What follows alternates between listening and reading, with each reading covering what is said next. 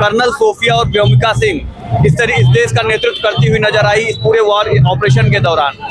उनको लेकर, खास तौर से कर्नल व्योमिका सिंह को लेकर के जिस तरीके से समाजवादी पार्टी के राष्ट्रीय महासचिव रामगोपाल यादव ने जातिगत बयान दिया, उसको लेकर आपको क्या लगता है?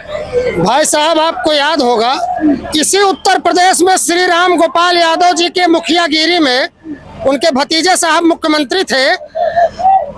तब सैफई महोत्सव मनाया जा रहा था और सूक्ष्म वस्त्रों में कई लड़कियां हमारे देश के, मैं नहीं नाम लूंगा कलाकारों का, तब क्या राम गोपाल जी पूछ रहे थे कि कौन कौन सी जात की लड़कियां हमारे सैफई में नाच रही हैं। जब माननीय मुलायम सिंह जी संसद में खड़े होकर कहे थे कि लड़के हैं गलती हो जाती है, तब क्या राम गोपाल जी पूछे थे कि भैया उस लड़के की जात पूछ लो। जब हमारी बहन सोफिया कुरैशी भारत माता की बेटी ने 30 किलोमीटर अंदर पाकिस्तान के जबड़े में हाथ डालकर पाकिस्तान की धज्जी उड़ा दिया, तब राम गोपाल जी कहते हैं कि फला जात की है, फला जात की है। राम गोपाल जी से मैं पूछना चाहता हूं कि सैफई महोत्सव में आने वाली सूक्ष्म वस्त्र धारणी जो नृत्य करती थी वो किस किस जात की थी? राम गोपाल जी, पहले आप इसको बता दीजिए। बहुत बहुत धन्यवाद। हमारे साथ और भी भारतीय जनता पार्टी के वरिष्ठ नेता मौजूद हैं। युवराज राजेश सिंह जी, जो सक्रिय रहते हैं, जिले में सक्रिय रूप से जाने जाते हैं। जिस तरीके से भारतीय सेना ने अपने शौर्य और पराक्रम को पूरी दुनिया के सामने दिखाया, कैसा महसूस करते हैं? भारतीय के रूप में कैसा महसूस करते हैं? अस्त्र और शस्त्र दुनिया की कोई सेना पा सकती है, लेकिन जो पौरुष भारतीय सेना में है वो कोई सेना नहीं पा सकती। एक कहानी छोटी सी है कि हमारे जवान लड़ रहे थे और एक हाथ उड़ जाता है, एक हाथ उड़ जाता है, दूसरा जवान पीछे से पूछता है कि टाइम कितना हुआ, तो अपना हाथ पकड़कर जो हाथ उड़ा हुआ रहता है उससे कहता है देखिए, क्योंकि घड़ी इसी में लगी हुई है। तो सेनाओं के पास अस्त्र शस्त्र मिसाइलें तो मिल जाएंगी, लेकिन भारतीय सेना जैसा पौरुष नहीं मिल सकता। इसलिए हमारी सेना पूरी दुनिया की सेना अगर एक साथ लड़े तब भी हम मुकाबला कर सकते हैं, वो भारत की सेना है। सर, जिस तरीके से भारतीय सेना ने ऑपरेशन सिंदूर में पूरी ताकत से, पूरे शौर्य के साथ लड़ा, इस पूरे ऑपरेशन सिंदूर को दो बेटियों ने, कर्नल सोफिया कुरैशी और स्क्वाड्रन लीडर व्योमिका सिंह ने नेतृत्व किया, कैमरे पे नेतृत्व किया। बीते दिनों देखा गया कि colonel squadron leader Vyomika Singh को लेकर के एक जातिगत बयान दिया गया, एक पार्टी के वरिष्ठ नेता के द्वारा दिया गया। उसको लेकर व्योमिका सिंह जी को, उसको लेकर आप क्या सोचते हैं? देखिए, जो छोटी मानसिकता के नेता रहे हैं समाजवादी पार्टी में, कांग्रेस में, या ऐसे जिनको देश से कोई लेना देना नहीं है, जिसको समाज से कोई लेना देना नहीं, जिसको सेना से कोई लेना देना नहीं है, जिसको मानवता से कोई लेना देना नहीं है, उनके हमेशा वक्तव्य ऐसे आए हैं, आते रहेंगे। उनको ना अपनी जात से कोई लेना देना है, ना समाज की अन्य जातियों से कोई लेना देना है, ना वो देश के हैं, ना समाज के, ना स्वयं की जात के हैं। तो ऐसे लोगों की वक्तव्य का, ऐसे लोगों के विचारों का कहीं से कोई महत्व ना भारत रखता है, ना भारतीय सेना रखती है, ना भारतीय समाज रखता है। आपने बड़े सरल शब्दों में बता दिया कि ऐसे लोगों का जिनका समाज से या अपने वक्तव्य से कोई लेना देना नहीं है, वो बेटियों के शौर्य पराक्रम पर टीका टिप्पणी करते हैं। भारतीय जनता पार्टी की सरकार मध्य प्रदेश में है, मध्य प्रदेश के एक मंत्री हैं, उन्होंने कर्नल सोफिया कुरैशी को पाकिस्तान की बहन बताया, उस बेटी को पाकिस्तान की बहन बताया जिसने ऑपरेशन सिंदूर की पूरी ब्रीफिंग ऑन कैमरा हर समय करती रही, एक तरीके से इस पूरे ऑपरेशन को ऑन कैमरा लीड करते रहे। उनके शब्द निंदनीय है और पूर्णतः निंदनीय है, लेकिन उस भाव के पीछे एक पूरे भारतवर्ष जो खड़ा है, जो जिस भाव के पीछे, शायद उनके बताने के पीछे भाव वही रहा होगा, लेकिन शब्दों की मर्यादा वो पालन नहीं कर पाए, इसलिए वो पूर्णतः निंदनीय है। और उसकी पूरी भारतीय जनता पार्टी निंदा करती है, पूरा भारतीय समाज निंदा करता है और पूरा सेना निंदा करती है। जिस तरीके से एक माहौल बना पूरे देश में, एक लगा कि ऐसा महसूस हुआ कि अगर जरूरत पड़ी तो इस देश का बच्चा सीमा पर जाएगा और लड़ाई लड़ेगा। एक देखा गया कि चाहे पक्ष हो चाहे विपक्ष हो, सब एक नजर आए। क्या लगता है कि ऐसा माहौल देश में रहना चाहिए, राजनीतिक रूप से बटे रहना? ये भारत की जमीन और संस्कृति, जलवायु में खूबसूरती है कि छोटी सी भी अगर बात आती है देश पर तो बच्चा जो पैदा होता है, जो बोलना भी नहीं जानता, वो भी खड़ा होता है सेना में लड़ने के लिए। ये खून की बात है, ये वायुमंडल की बात है, भारत की पानी की बात है कि भारत की पानी में वो खूबसूरती रही है। जो बच्चा पैदा होता है अपने देश के लिए लड़ने के लिए तैयार रहता है, ये रहेगा और हमेशा रहेगा, सदियों से रहा है। बहुत बहुत धन्यवाद अपना कीमती समय देने के लिए। सर, क्या कहना चाहेंगे इस पूरे आयोजन को लेकर? आज जिस तरीके से तिरंगा यात्रा की का आयोजन किया गया प्रतापगढ़ जिले में। देखिए, मैं कवि और शायर हूँ। मैं अपनी 2 लाइनों के साथ पाकिस्तान को कहना चाहता हूँ। बिल्कुल बिल्कुल। शेर के हाथ से उसकी जागीर छीन ले, शिकारी के हाथ से उसकी शमशीर छीन ले, और जब तलक है एक भी कतरा खून का किसी भी हिंदुस्तानी में, किसकी मजाल है कि हमसे हमारा कश्मीर छीन ले, किसकी मजाल है कि हमसे कश्मीर हमारा छीन ले। भारत माता की। युवा तबका यहाँ पर मौजूद है और युवाओं के अंदर भी जोश पूरी तरीके से लबरेज है। ऑपरेशन सिंदूर, इस तरीके से ऑपरेशन सिंदूर पूरे देश में एक अलग माहौल बनाए हुए है। कैसा महसूस कर रहे हैं कि युवा के रूप में कैसा महसूस कर रहे हैं? एक युवा के रूप में जब इस तरीके की कोई भी घटना हमको सुनाई पड़ता है कि हमारे देश के सशस्त्र बलों ने घर में घुस करके हमारे दुश्मनों को मारने का काम किया है, इस तरीके का जिस समय भी हमको घटना होने की सूचना प्राप्त होती है तो हमको गर्व की अनुभूति होती है।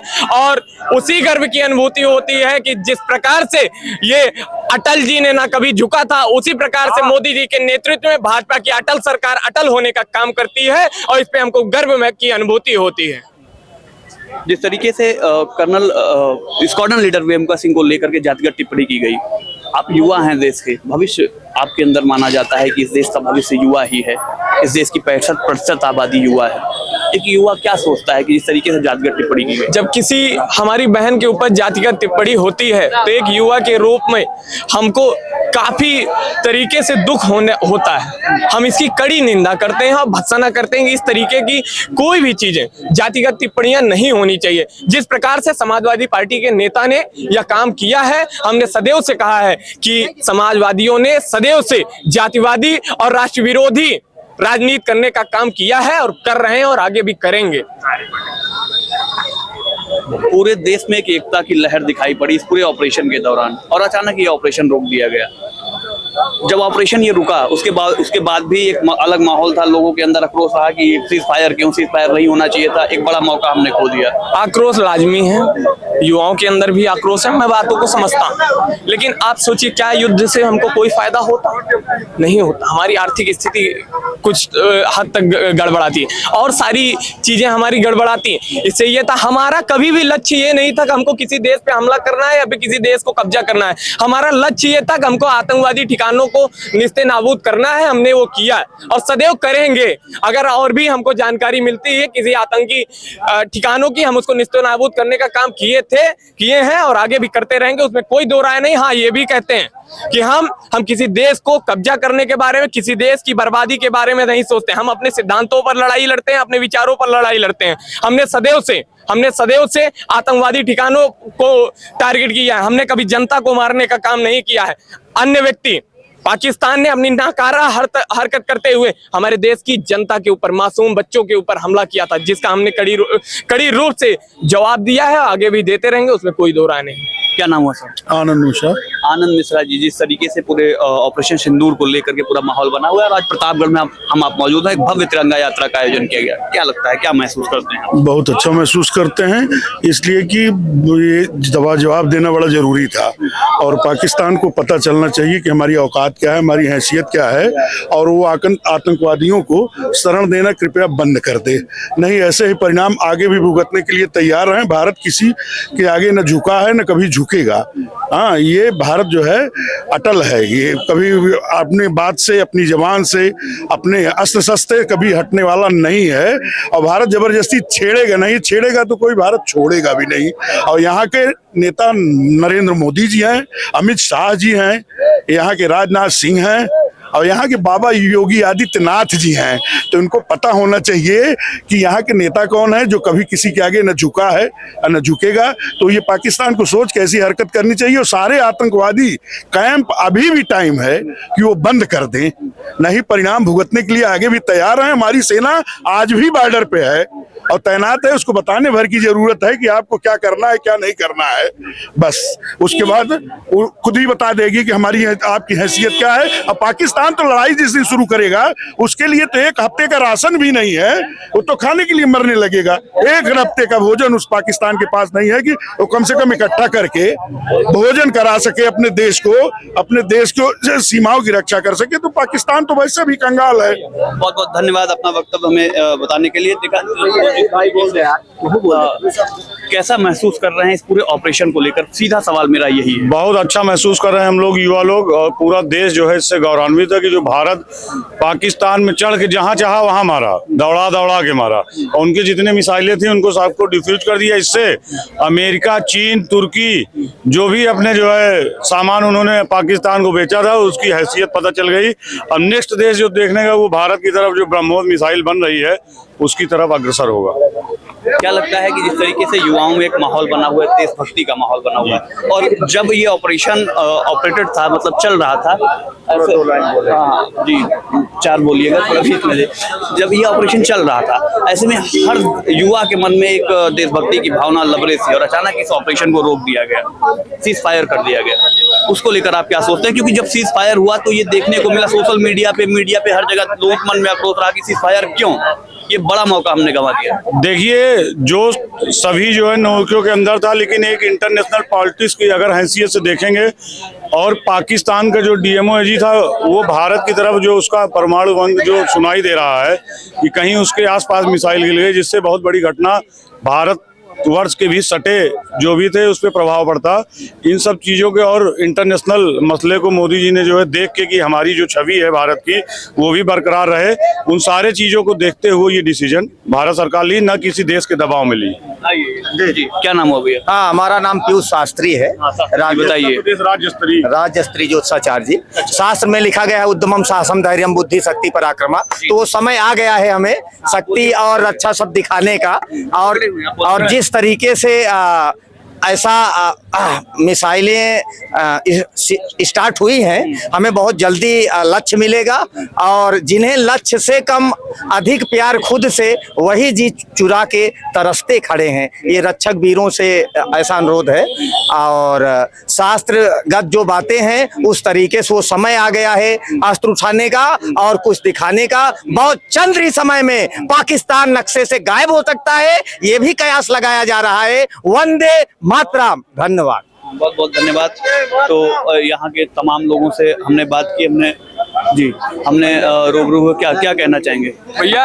हमने कुछ समय पहले एक मूवी देखी थी शोले, तो उसमें ये कहता है अरे वो सांभा कितने आदमी थे, तो मैं बताना चाहूंगा इस बार आदमी नहीं थी, मात्र 2 महिलाएं थी। और ये भी बात रखना चाहूंगा कि वो महिलाएं ऐसी थी कि फूल नहीं चिंगारी है, ये भारत की नारी है, ये भारत की नारी है, और अपने शौर्य और पराक्रम को दिखाने का काम की है। इस पे देश और पूरे देश को गर्व की अनुभूति हुई है, और एक बार पूरे जोर शोर से बोलने का काम करेंगे, भारत माता की। देखा जिस तरीके से एक माहौल बना है पूरे प्रतापगढ़ में, एक आज एक देशभक्ति का माहौल है, और हर व्यक्ति के लफ्ज पे भारत माता की जय के ही नारे हैं। हम और भी लोगों से बात करेंगे और भी लोगों से मिलेंगे। आप देखते रहिए सुलभ भारत।